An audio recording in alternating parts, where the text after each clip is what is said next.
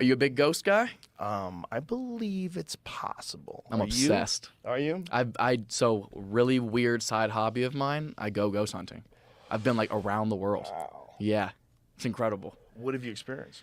Have you ever had like an absolute moment when you're like, oh my God, I'm in the presence of a poltergeist? Still not 1,000%. I've definitely witnessed things that I cannot for the life of me explain that have creeped me out. The timing has been impeccable. I've seen things move that there's just no fucking way that they've moved. I've gotten answers back on EVPs, but for me, it is one of those things I do need to see it. Isn't an EVP like a radio though? No, EVP is just a recorder. It's a recorder. What's that radio thing? I'm sorry then. What is the one where they like listen? There's a bunch of different names. My daughter's heavily into this shit. What does she watch? Heavily. Sam and Colby. You had them on, right? Yes. So great guys. So I met these other guys. There's another channel called the Overnight Channel who are equally as popular as Sam and Colby, and they actually used to work together. Then I believe they split off into each do their own thing. But that's who I started going with, so I'm very familiar with those guys. So these kids, the Sam and Colby guys, just went into the Conjuring House. I was just there, maybe a month and a half ago. You went into the Conjuring House by too? myself, Joe. Okay. Do you believe that there's something going on in that house? The Conjuring movies are fucking great. It's my favorite franchise. They're fun. And there's so many of them. They really did it right. Like, if you want to be smart, they branched off with The Nun. They branched off with Annabelle. And I love the way they tie in the story for each one to make it all one chronological story. It's genius. Yeah. I will say I wasn't as scared as I've been in a lot of places we've been. There is some kind of solace to the house. But you get to know the history of it, and it does make sense that there would be something here. I mean, it's on some ley lines of water underground. There was wars fought there. There's apparently bodies buried on the property in the walls of the property structures and stuff. There's a lot of history that goes into it that just makes for like kind of the perfect storm for some creepy shit. But I didn't witness anything that was that insane. Some items moved. Some cars rolled off of the children's dressers a couple of times on cue.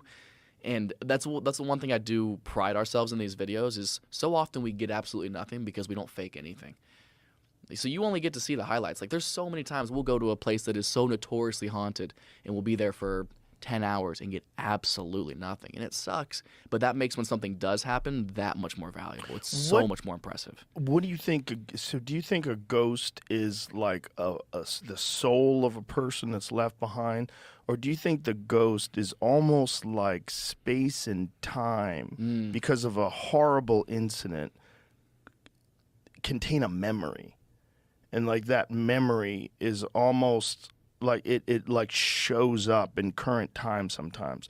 There's a guy named Rupert Sheldrake. I forget what his field of study is, but he had this theory about things, and he believes that objects contain memories. Oh, interesting. And he's not the only one that inanimate has this. objects? Yeah, that things contain memories.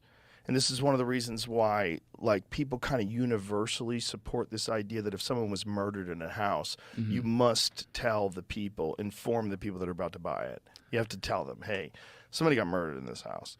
Like maybe you don't want to buy this house. Now maybe you should think about it. Does the potential owner have to ask that information? It's a good question. I'd want to know. Yeah, I think it's a good question. I think they should have to inform you because there's something about someone being murdered in a spot that freaks us out. And this is my question.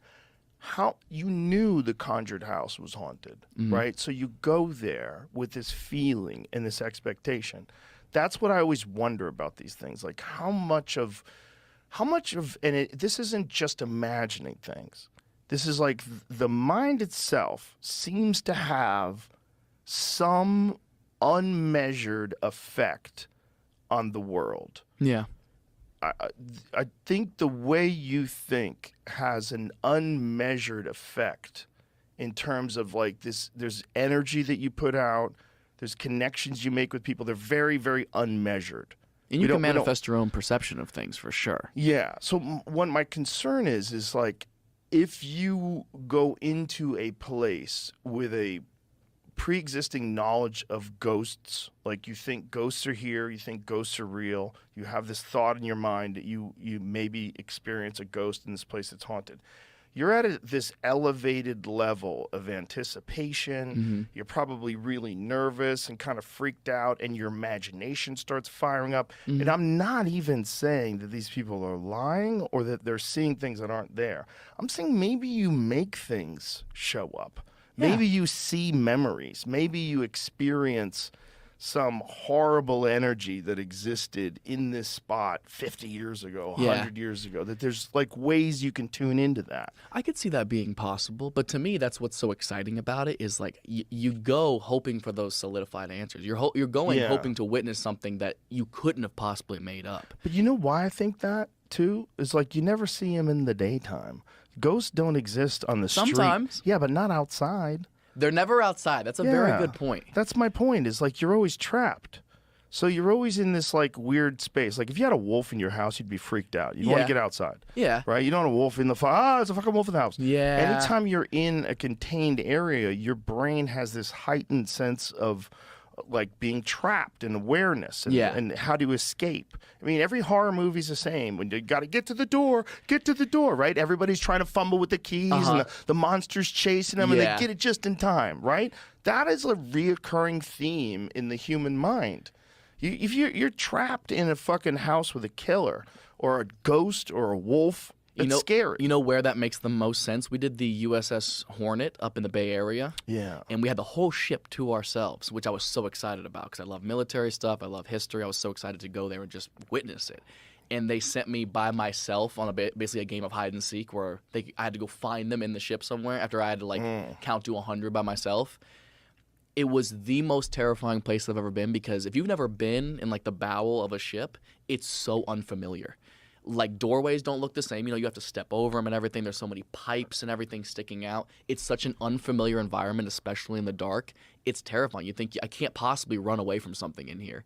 There's too many obstacles. You don't know if that's a wall or a pipe or something peeking around to like look at you. It's fucking terrifying because of exactly that. You feel so trapped. That totally makes sense. And I would imagine also the feeling of being underwater. That's an extra freak out.